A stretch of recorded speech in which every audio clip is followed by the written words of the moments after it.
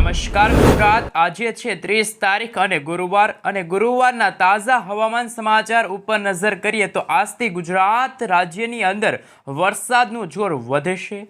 મિત્રો, વરસાદનું જોર વધવાનું મેઇન કારણ પણ સામે આવ્યું છે। અરબી સમુદ્રની અંદર જે રહેલી ડિપ્રેશન સિસ્ટમ, એ સિસ્ટમ આજે વધારે ગુજરાત નજીક આવશે અને સિસ્ટમનો ઘેરાવો છે એ પણ તમે અત્યારે જોઈ શકો છો। ગુજરાતના ઘણા બધા વિસ્તારો ઉપર આજે છવાશે અને જેના કારણે ગુજરાતના ઘણા બધા વિસ્તારોની અંદર આજે ગાજવીજ સાથે ભારેથી અતિભારે વરસાદ પડશે।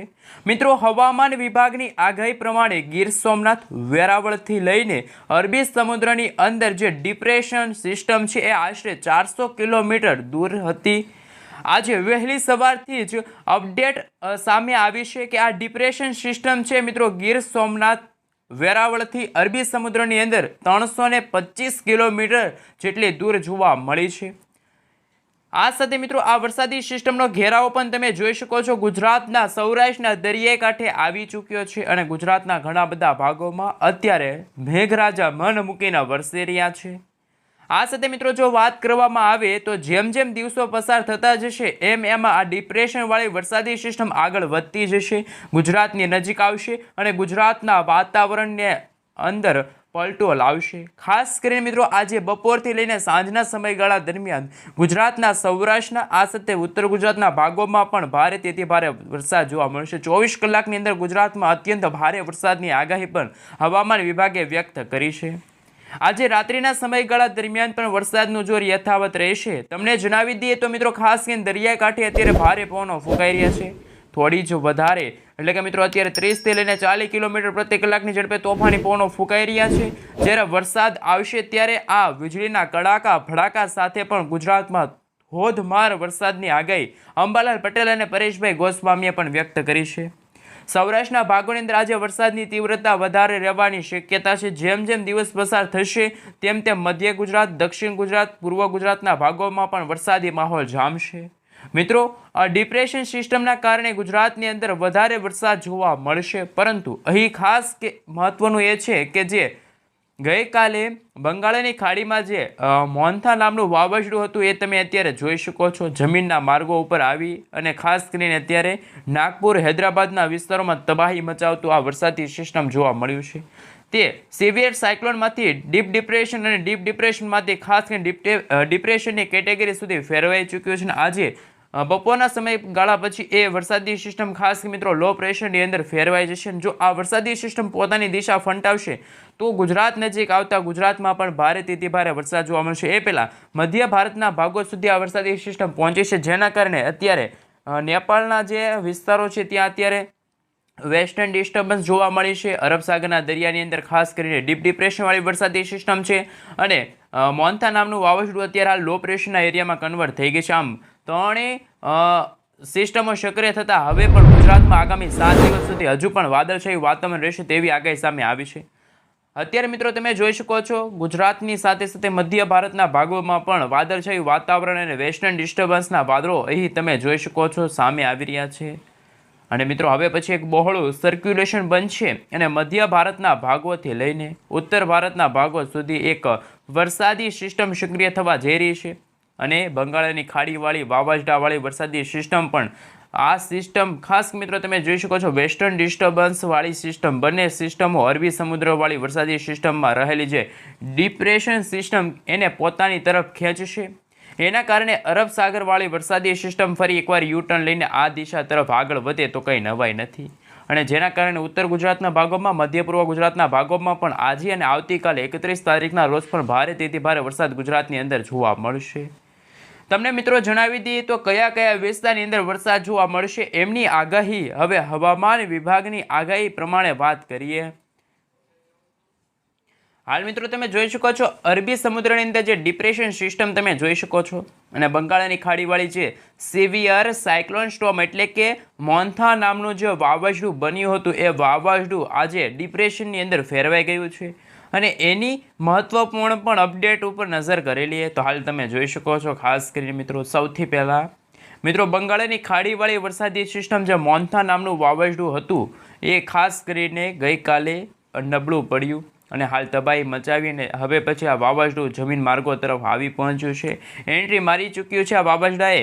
અને ખાસ મિત્રો હવે ગઈકાલે આ વાવાઝોડું નબળું પડી અને ડિપ્રેશનની કેટેગરી સુધી મજબૂત થયું અને ત્યાર પછી હવે પછી આજે રાત્રિના સમયગાળા દરમિયાન અને આવતીકાલે વહેલી સવાર દરમિયાન આ રીતે વરસાદી સિસ્ટમના જે માળખા પણ તમે જોઈ શકો છો, આ વરસાદી સિસ્ટમનો ટ્રેક પણ તમે જોઈ શકો છો, હજુ પણ આગળ વધશે, લો પ્રેશરની અંદર ફેરવાઈ જશે. અને ખાસ કરીને વાવાઝોડું હતું કે એમનો ટ્રેક અત્યારે રસ્તો પણ તમે જોઈ શકો છો આ રીતનો છે.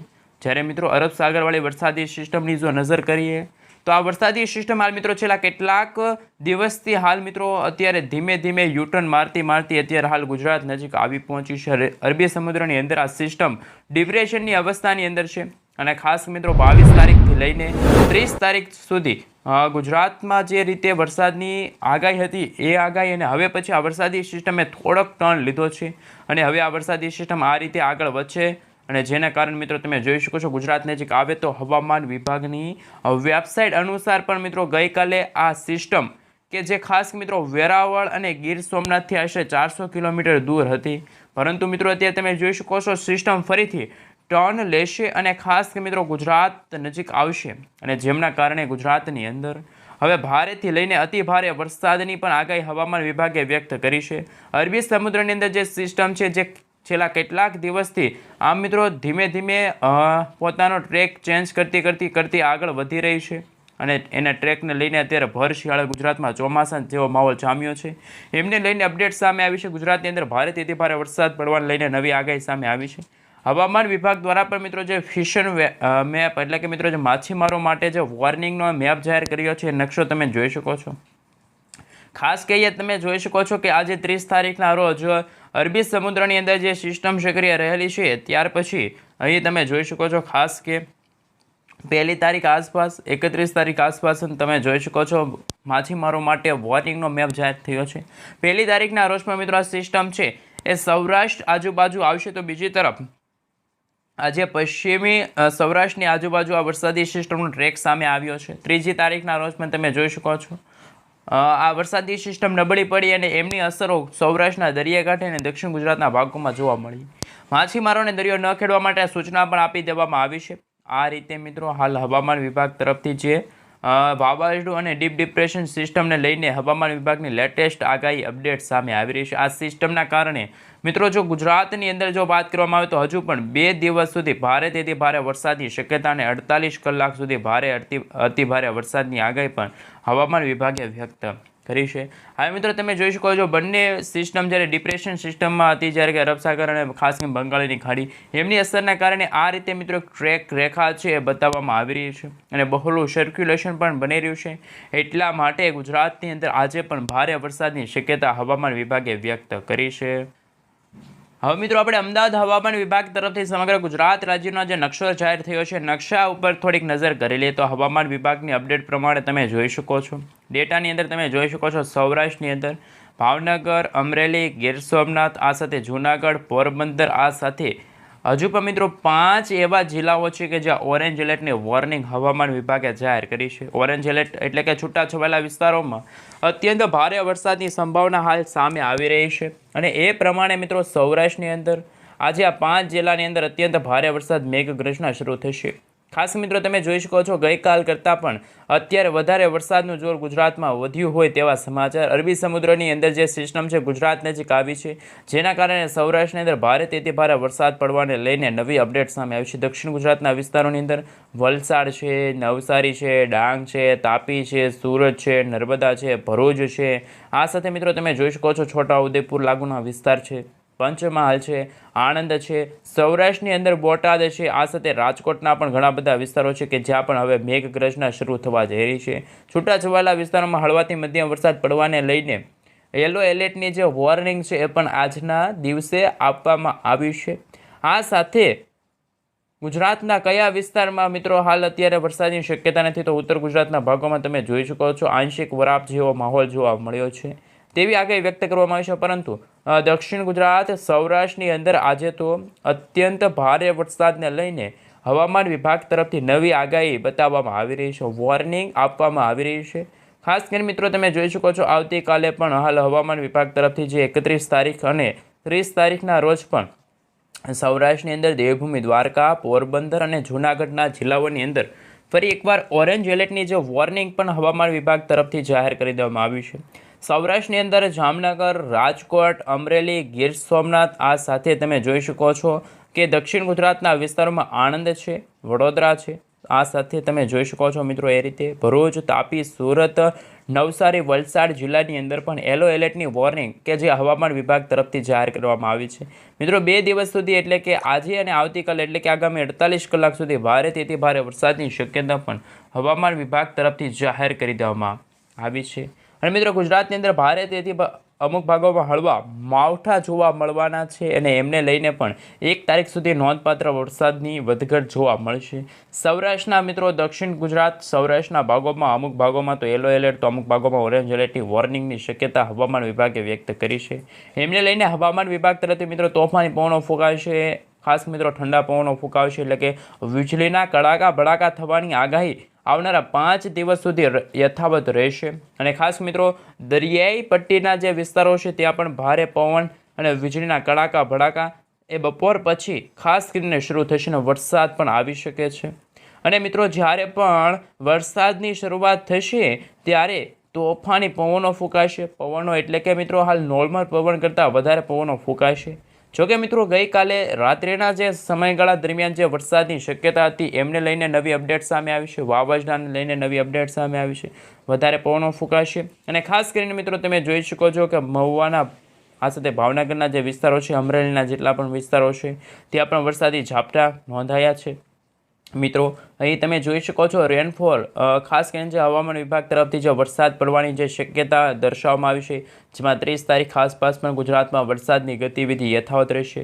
75થી લઈને 100% વિસ્તારોની અંદર મિત્રો ચોમાસું ફરી એકવાર યુટર્ન લેશે તેમને પણ હવામાન વિભાગ તરફથી સંભાવના છે. સાર્વત્રિક વરસાદ પડવાની પણ સંભાવના સામે આવી છે. આજે મિત્રો ગુજરાતની અંદર ખાસ કરીને આગાહીને લઈને નવી અપડેટ હવામાન નિષ્ણાંત અંબાલાલ પટેલ અને પરેશભાઈ ગોસ્વામીએ પણ પોતાની આગાહીઓ છે કે જે વ્યક્ત કરી છે. કે હળવા તો કંઈક ભારે વરસાદ પડશે તેવું પણ અંબાલાલ પટેલે પોતાની આગાહીમાં જણાવ્યું છે. આગામી મિત્રો 2 દિવસ સુધી હજુ પણ ક્યાંક ભારે તો અમુક ભાગોમાં અલગ અલગ વિસ્તારોમાં વરસાદની માત્રા જોવા મળશે. માવઠા સ્વરૂપે કમોસમી વરસાદની શક્યતા પણ હવામાન વિભાગે વ્યક્ત કરી છે. આ મિત્રો આગાહી સામે આવેલી છે. અરબી સમુદ્રની વરસાદી સિસ્ટમ સક્રિય થઈ છે, ડીપ ડિપ્રેશનવાળી વરસાદી સિસ્ટમ સક્રિય થઈ છે. ગુજરાતમાં તોફાની પવનો ફૂંકાઈ રહ્યા છે, ક્યાંક વીજળીના ગાજવીજ સાથે તો ક્યાંક ગુજરાતની અંદર આશરે મિત્રો ભારેથી અતિભારે વરસાદની શક્યતા છે. જેમાં ઉત્તર ગુજરાતના ભાગોમાં વરસાદ જોવા નહીં મળે, પરંતુ સૌરાષ્ટ્રના દરિયાકાંઠે અત્યારે હવામાન વિભાગ તરફથી ભારેથી અતિભારે વરસાદ અને માછીમારો માટે આગામી 5 દિવસ સુધી માછીમારી ન કરવા, દરિયો ન ખેડવા, સાવચેત રહેવા માટે પણ અપીલ કરવામાં આવી છે. અરબી સમુદ્રની અંદર મિત્રો જે સિસ્ટમ ગઈકાલે મજબૂત હતી એ પણ અત્યારે ધીમી ધારે આગળ વધી રહી છે અને હજુ પણ મજબૂત બનશે. અને ખાસ કરીને સૌરાષ્ટ્રના દરિયાકાંઠાના ભાગોમાં હજુ પણ આગામી 5 થી 7 દિવસ સુધી અત્યંત ભારે વરસાદ અને ભર શિયાળે આ ચોમાસા જેવો માહોલ જામ્યો છે. એમને લઈને